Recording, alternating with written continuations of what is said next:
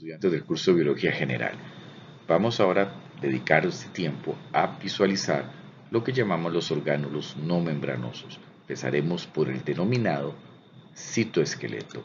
El citoesqueleto es un grupo de proteínas que se encargan de funciones estructurales y de movilización de proteínas o de sustancias dentro de la célula. Son un grupo de sustancias que están divididas en tres grupos principales. El primer grupo es el llamado los microfilamentos, principalmente actina. Luego tendremos los filamentos intermedios y los microtúbulos. En este caso encontramos abundancia de tubulina. Los componentes del esqueleto tienen muchas funciones, entre ellos facilitar la mitosis. Por ejemplo, los microtúbulos ayudan en la separación del material genético en la mitosis. Aquí podemos ver células dividiéndose y estos anillos aquí, que es donde las células se separan, también son anillos generados por material del citoesqueleto. Entonces tienen gran relevancia entre lo que es la funcionalidad de las células, o sea, no son proteínas eh, sutiles, son proteínas que tienen una gran capacidad de acción dentro de las células. Como ya mencioné, son tres tipos: microfilamentos, filamentos intermedios y microtúbulos. Aquí podemos observar que además de distribuir las cromátidas, estas tienen la función de ayudar al tráfico vesicular dentro de las células, es decir, permiten que las vesículas tengan un canal como una autopista para poder manejarse, es decir, hay, como podemos decir, movilización de vesículas gracias a la presencia de estos microtúbulos que sirven como zonas motoras o puentes de andamio para que las vesículas se desplacen a lo largo de la célula. Son muy interesantes de estudiar en profundidad.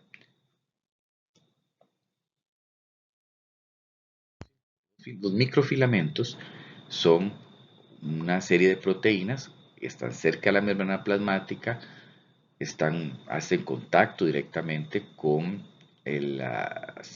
digamos también con la parte del núcleo. La actina y miosina son dos de ellas muy relevantes. Como la miosina, están involucradas en la parte de la contracción muscular, mantienen la forma de la célula, favorecen su movimiento, por ejemplo, forman los pseudópodos en las amebas para que éstas se desplacen y brindan soporte estructural. Interesante es que tienen la capacidad de formar monómeros, son polímeros dinámicos, esos monómeros polimerizan para generar estructuras dinámicas que interactúan con las llamadas proteínas motoras. Entonces, son, digamos, estructuras interesantes, forman grandes cadenas. Esto con relación a los microfilamentos.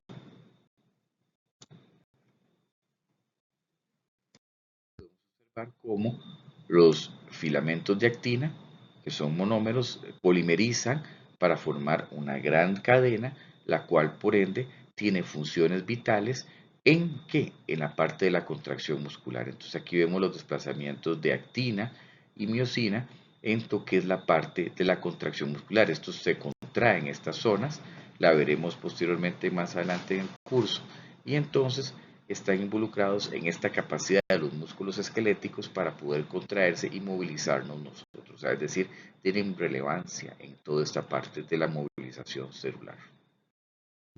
Los intermedios, que es el segundo tipo, las queretinas, las bimentinas, láminas. Las láminas son las que, por ejemplo, recuerdan que estaban debajo de la membrana nuclear, la envoltura nuclear. Entonces, digamos, tienen función para dar resistencia mecánica, mantenimiento de la forma celular, soporte nuclear. Hay más de 70 proteínas descritas. Están entre los, por ejemplo, están en neurofilamentos y las queratinas en las células epiteliales, brindan resistencia y flexibilidad. Muy importante, no participan como tal en el movimiento de las células como sí lo hacen los microfilamentos. Observar un tipo de filamento intermedio característico, lo que llamamos, por ejemplo, las caderinas, como esta es una membrana, represión de una membrana plasmática, aquí vemos las caderinas, cómo estas se conectan con filamentos intermedios para asegurar la cohesión de las células, es decir, son estructuras que permiten que las dos células se mantengan unidas una contra la otra. Eso es lo que llamamos un desmosoma.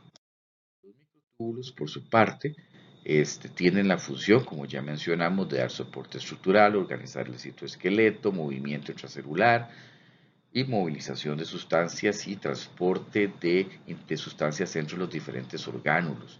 Es muy interesante estas cómo ayudan a la estructuración de la célula a nivel interior. Su molécula primaria es la llamada tubulina y presenta un proceso de elongamiento, por ejemplo, cuando se forma el uso mitótico. Tienen diferentes funcionalidades. Aquí tienen diferentes videos siempre en todas las presentaciones para que puedan ser consultados. Ahora otro tipo de orgánulo no membranoso, como por ejemplo el ribosoma. Es una estructura compuesta a nivel de ARN y ADN y ARN y proteínas, perdón. ADN no tiene, puesto que es una estructura que está involucrada en la síntesis de proteínas. Entonces, el ribosoma, compuesto por ARN ribosomales y proteínas, se encarga de el proceso de traducción del material genético. Nuevamente, sobre esto veremos mucho más adelante en las próximas actas. Aquí un cuadro donde ustedes pueden, por el momento, tener una idea de qué consisten y en qué se involucran. Nuevamente, dejémoslo nada más como que están involucrados en la síntesis de proteínas y compuestos por ARN ribosomal y proteínas ribosómicas hasta el momento. Pero guárdense esta información porque la van a ocupar posteriormente durante el. También otros tipos de orgánulos, digamos, que se encuentran ubicados en otras zonas, que son, por ejemplo, orgánulos que se encuentran no membranosos, son partículas o cuerpos nucleares que son similares a estructuras como oscuras que se ven al microscopio como de colores o tonos diferenciados. Uno de ellos son estructuras que se encuentran dentro del núcleo y son cuerpos nucleares no membranosos, como por ejemplo, el nucleolo, que es una estructura que se encuentra dentro del núcleo y no es membranosa. Ya explicamos que el nucleolo es una estructura involucrada en la síntesis de los ADN ribosomales. Luego están los cuerpos PML y cuerpos de Cajal, y hay otros más.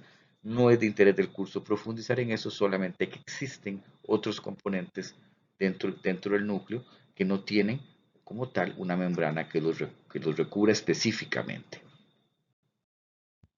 El nucleolo sí es posiblemente el que es más relevante. Aquí les dejo algunas funciones básicas y los cuales ustedes pueden luego consultar. Y aquí tienen un video de YouTube y cosas por el estilo para poder profundizar. Es tal vez un detalle interesante que tiene varios componentes, un componente llamado centro fibrilar o granular y otro, digamos, donde está asociado con cromosomas activos. Entonces, digamos que el nucleolo es una zona intensa para la síntesis de ARN ribosomales. Imagen donde podemos remembrar o recuperar, digamos, lo que era el nucleolo. Vean que está dentro del núcleo, pero no tiene ningún recubrimiento. Podemos observar, por ejemplo, otra vez el nucleolo. Vean cómo es una estructura que es visible a nivel de la estructura nuclear. Está rodeado de cromatina. Aquí vemos el nucleolo.